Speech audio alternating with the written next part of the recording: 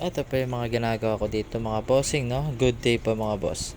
Ayan po ay isa ka pong 18 days na mga itlog is 21 pieces.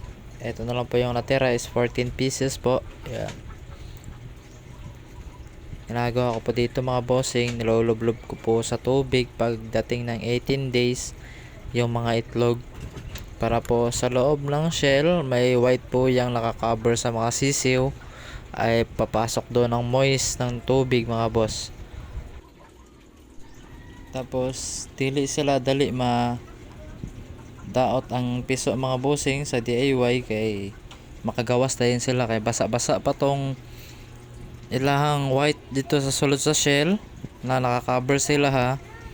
So dili sila maglisod og gawas kay daghan pa og tubig nakasulod sila hang moist.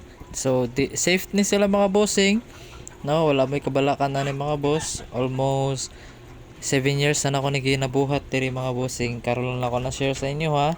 Idagdag alam sa inyo ang pag DIY incubator mga bossing no.